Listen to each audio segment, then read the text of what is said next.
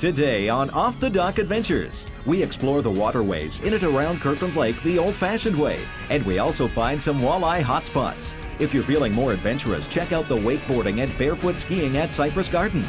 And then pick up some tips on buying a boat and take a tour through the Toronto International Boat Show. So stick around, there's a lot more to come.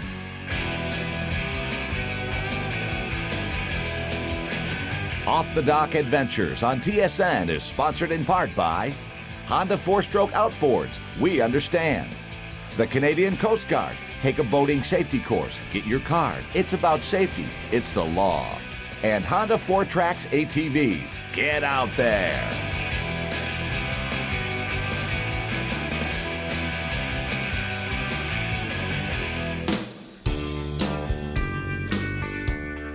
Kirkland Lake's located about 6 hours north of Toronto. We're about half hour from the Quebec border as well, so we're pretty much centralized in Northern Ontario. Kirkland Lake started in 1911, 1912, when the prospectors first moved into the community. There were 7 major gold mines operating in Kirkland Lake at one time. The peak years would have been 1930 to 1940 probably.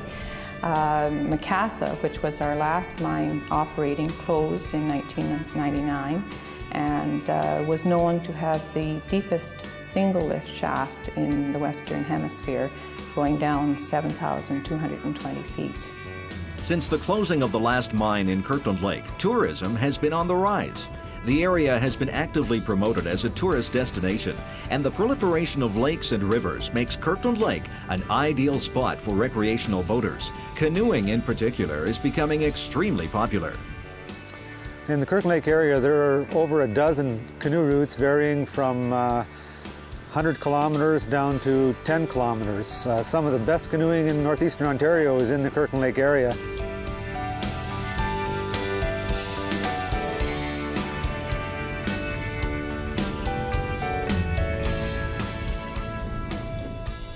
The Amakugami Lake is about 3 or 4 kilometers north of Kirkland Lake, and it's a narrow, winding lake with many arms and bays in it, and very scenic, rocky shoreline.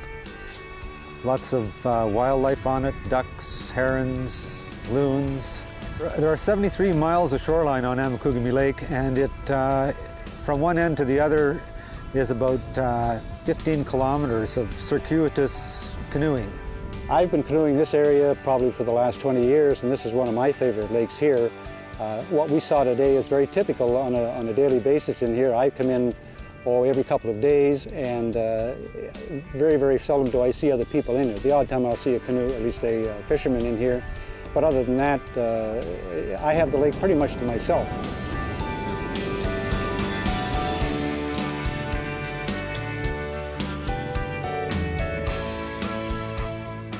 Amakugami Lake is in a big lava field, so all the rocks are lavas. And there are pillow lavas, which are the formations you see under the ocean when lava is hardening underwater. Well, these are preserved in the rocks on Amakugami Lake. And there are many glacial features that have been left by the last passing of the glaciers. Roches moutonnées are rounded rocks that are very smooth on the north side and very steep on the south side that have been scraped by the glaciers, and there are a number of them on the lake too. There are also glacial striations on many of the rocks where the glacier has scraped rocks across the bedrock and left big gouges in it.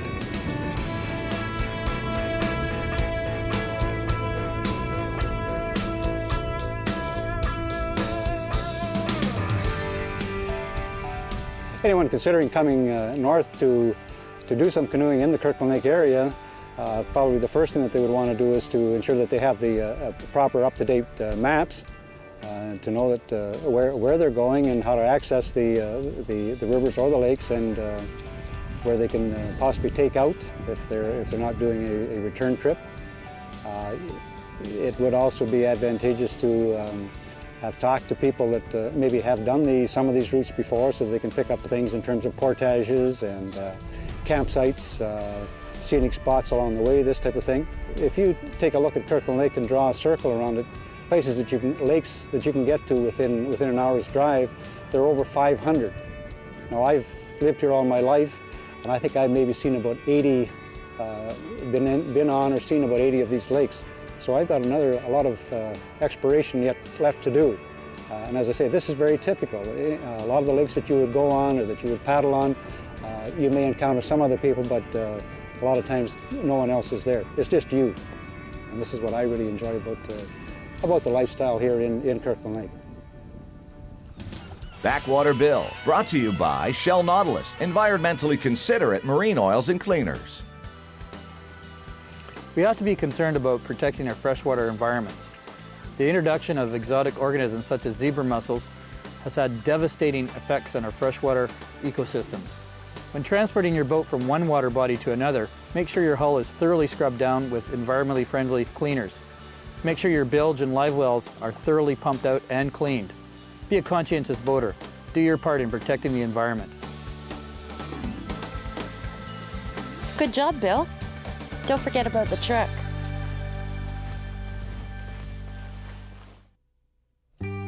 Kirkland Lake, Ontario, with its abundant lakes and rivers, isn't just a great area for recreational boating. It also provides some fantastic fishing opportunities, because for many, boating and fishing go hand in hand. In the Kirkland Lake area itself, there's hundreds of lakes to choose from, and just about any species of fish you want to fish for. Within an hour from town. You don't have to take a full day to get there or a full day to get back. There's maps available how to get into the lakes and what species are in each lake. No matter where you intend to go fishing, talking to the locals is important so you can get the scoop on where the fish are biting. Or better yet, hook up with a guide who will take you right to the fishing hotspots. In the Kirkland Lake area, the most predominant species is walleye, or as they call them in the north, pickerel. And one of the best places in the area for walleye fishing is Round Lake. Round Lake's one of the best lakes in the area, actually, to hold big fish. It's average walleye is 3 to 5 pounds usually. They're a very fast-growing strain of walleye. They could be difficult to fish, but if you put your time in, you're going to get some really nice fish. Round Lake is basically a basin lake with 120-foot depths. Very steep shorelines on 3/4 of it round. In the spring, you'll find the walleye in the shallower water 6 to 8 feet along the weed edges from the mouths of the rivers. And as they migrate around the lake during the year, they continually move to the rocky points and the mid-lake humps, and then in the fall they move into their steep shorelines.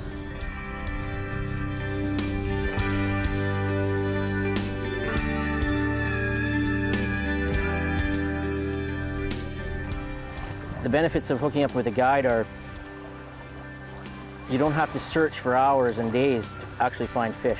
You get a guide, we can put you on the fish within half a day, teach you the technique for the lake, teach you how to work the lake more productively. The guide in the area that knows the lake can put you on the fish within a couple hours, and that can save you a whole whack of time and frustration not getting any fish.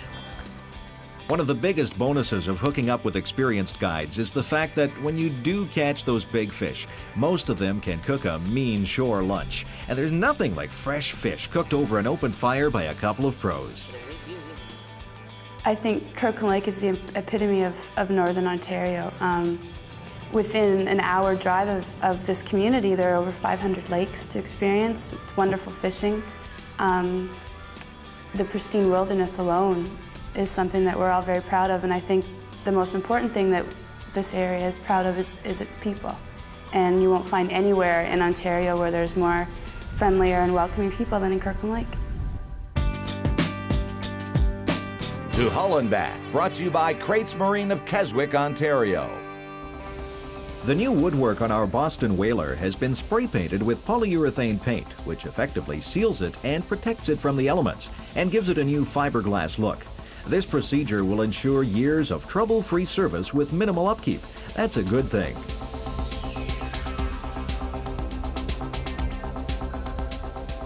The nicks, bangs, and dings on the hull have been filled and sanded out. This attention to detail will have a big payoff in the final appearance when the top coats are applied. The entire hull is primed on a thoroughly sanded surface to give maximum adhesion of the new paint over the old. It also gives a chance to find any minor remaining nicks and scratches. Once the prime coat has dried and any imperfections spot-filled, the top coats are applied. This Arctic white polyurethane paint is going to give this old whaler a just out of the factory look, even 30 years later. You'll see.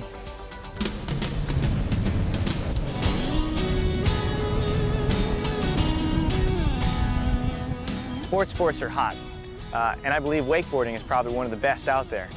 You can do it behind any kind of watercraft. You can go out with your family, your friends, have a good time, and you can learn many tricks on the wakeboard. Whirly birds, scarecrows, all kinds of neat names that they've got for, and if you do it first, you can name it. Wakeboarding was developed by frustrated surfers. They got tired of waiting for the waves to perk up. So they went behind their boats and they took their surfboards and had a lot of fun. Then the boards started breaking, so they decided to develop them and put some fins on them and different type things, and now you see the wakeboard as it is today. Nice thing about a wakeboard is it doesn't make a difference which way you're going. Left foot forward, right foot forward, you're standing in a duck stance. So you can do tricks either way. Go off the wake from the left or the right, and you can learn how to turn the board at a slower speed and then work your way up. It's good for all levels of athleticism. Even if you've been wakeboarding for years, you still can go out and make a lot of new tricks just about every day. You look at Parks Bonifay, Darren Shapiro, the double front flips, double tantrums. Nobody ever dreamed people would be doing those types of things. And now they're doing it every tournament. You go and watch the Pro Tour, and every person that you see is someone new. Everybody's coming out with new tricks, and wakeboarding is going places. I really believe that this is a sport that you haven't seen the last of wakeboarding. You're going to see a lot more in the future. Barefooting definitely is one of the most difficult aspects of skiing. One of the reasons why it's so difficult is because it's so physically demanding. Because of the speed you're going, the crashes can be really spectacular and really hurt.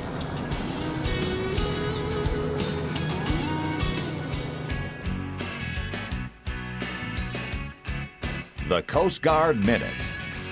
Before heading out on the water, one should ensure that their vessel is in good working condition and that they're well equipped. A pre-departure checklist may include such things as, do you have enough fuel? Is it stored away properly? Do you have some spare parts, spare tools? Possibly an engine maintenance manual? Is your battery fully charged? Will the lights work? Will the radio work? Do you have the required safety equipment?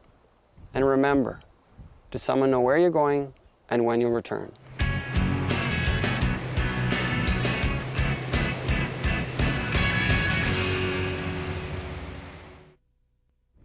One of the most challenging inland bodies of water to navigate in Canada has got to be Georgian Bay. Most of us take for granted the charts and buoys we rely on to navigate in and around this enormous and sometimes treacherous body of water. But in the not-so-distant past, many of the channels leading off Georgian Bay were unmarked and almost inaccessible. When I started boating, the channel wasn't marked. There was no markers between here and Key River. And I had to do my own surveying with a sounding lead and a sight.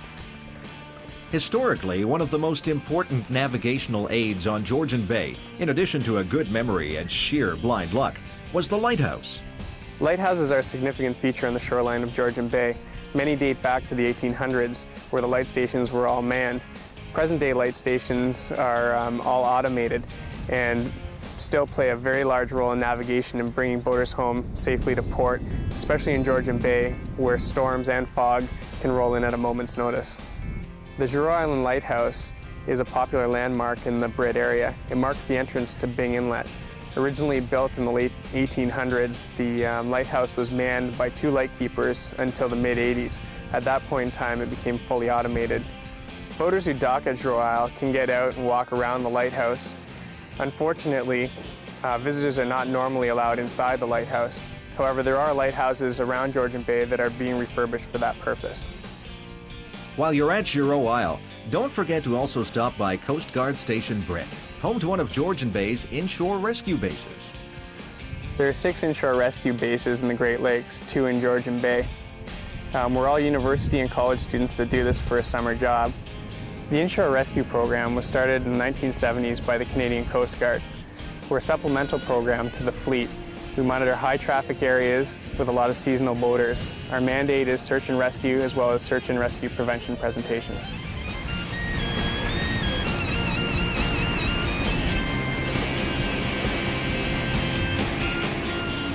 The inshore rescue bases in Georgian Bay use Zodiac Hurricane fast rescue crafts.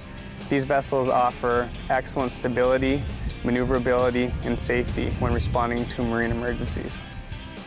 And speaking of marine emergencies, Dock Tips with Steve Hayward. These Honda 4-stroke outboards have impressed us all season long. Incredible fuel efficiency, very quiet, but these things do require maintenance as well. And today we're going to show you how to do an oil change. Basically, these engines are the same as an automobile. They have a crankcase, an automotive style oil filter, and an oil pan, which is down here in this area. The oil pan drain is located behind this cover on the side of the engine. We just remove the screw, the cover comes off, we set that aside for safekeeping. And here's the drain, and there's a lip here so that we can get something underneath to catch the oil. We have a container to catch the oil put into position, and we're going to use a funnel. A 12mm wrench is loosened off the bolt for the crankcase drain. We put it in position to catch it. Now, as far as frequency of oil changes, you need to refer to your owner's manual. This is the first oil change for this engine. We have just broken it in. But you'd want to make sure that it's at least done once a season. Now, the beauty of this design is we're able to catch the oil and bring it to a recycling depot and not dump it into the lakes as you do in two-stroke technology.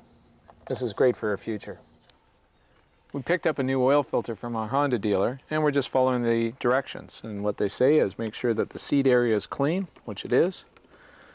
Put a dab of oil on the rubber gasket, thread it on until it seats.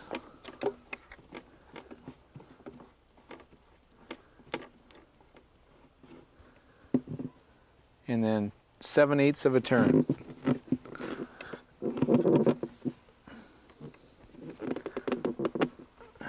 Now, you may need to use a tool, it depends how strong you are, but if you do, you just snug it into position with the tool. There. Now, once we've refilled the engine with oil to the proper level, we're going to idle the engine and check for oil leaks. The next step is we're going to fill the crankcase with high quality engine oil. The owner's manual calls for 10W30. Now, you want to make sure that you've filled it right to the top on the dipstick level. And after you restart the engine, check it once again. Why? Because with an oil filter, you can have an air bubble in there and reduce your oil level. Oil changes don't take a whole lot of time, and with a 4-stroke engine, it's better for the environment. I'll gladly make that investment. Ski Tips with Angela Van Zandwick, brought to you by Connolly Water Skis and Wakeboards. Now that you've learned the basics of slalom skiing, it's time to learn how to cut across the wakes. To get across the right wake, lean with your right shoulder, and vice versa. One secret to slalom skiing is to be very subtle in your movements. Once you become more proficient, you can lean into your turns a lot harder. Trust me, once you conquer one ski, you're not going to want to go back to 2. Keep practicing. I'll see you next time.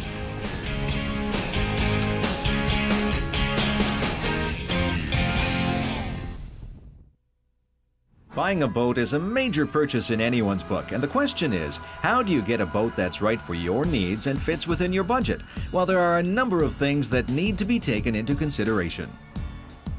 When new people come into our marina and they're new boaters, we have to basically qualify them and find out what their boating needs will be, such as skiing, fishing, just sightseeing around the lakes, and also the body of water that they're on. It's going to determine the size of the boat. A lot of people are asking about wake once they get into knowing a little bit more about boats, so ski boats are also in big demand that way too. Aluminum generally is more of a utility type boat, such as the type we're in right now. The fisherman will go for aluminum because he may pull a boat up on shore, and a fiberglass boat doesn't appreciate that. Aluminum actually has a keel built into the bottom of the boat that is basically designed to run it up on the rocks, and it won't damage the bottom of the boat. And also the aluminum boats will have more fishing amenities in it, live wells and things like that. And they can tend to be a little lighter for pulling behind a vehicle. Yeah, we're seeing an increase on the technology of 4-stroke over 2-stroke, and it's about a 50-50 split as to people purchasing 4-stroke over 2-stroke.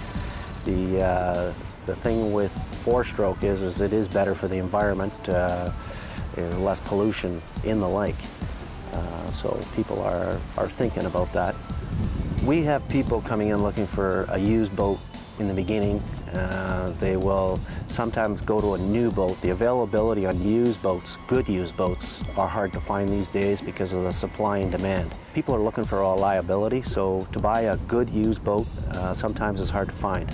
So boats hold their value, so when you do find a good used boat, sometimes the price is up there. Some of the best places to check out what's available on the market are boat shows and exhibitions. One of their biggest advantages is they provide a wide cross-section of different styles from a variety of different manufacturers. If you're in the market to buy, this is definitely one-stop shopping. The show has been running for 42 years, so this is our 42nd this year, and it's the largest it's ever been. We have over 1,500 boats. There's not been this size of a show in over 10 years. The Toronto Boat Show provides everything you could possibly think of for your boat or for a boating lifestyle. We have everything from decorative items for boats for people who want to decorate their home in boating themes, to life jackets, to electronics, to fishing equipment, water sports packages, clothing.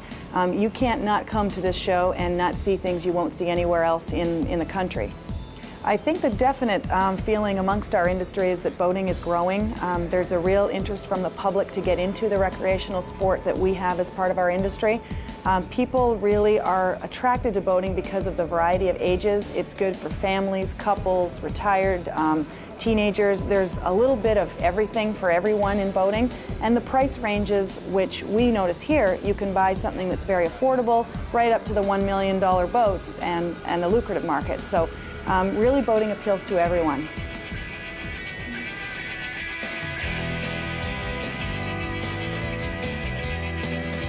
Off the Dock Adventures on TSN has been sponsored in part by Honda Generators, quiet, reliable, portable electric power. Air Chair, the sky's the limit. And Shorelander Trailers, because getting there is half the fun.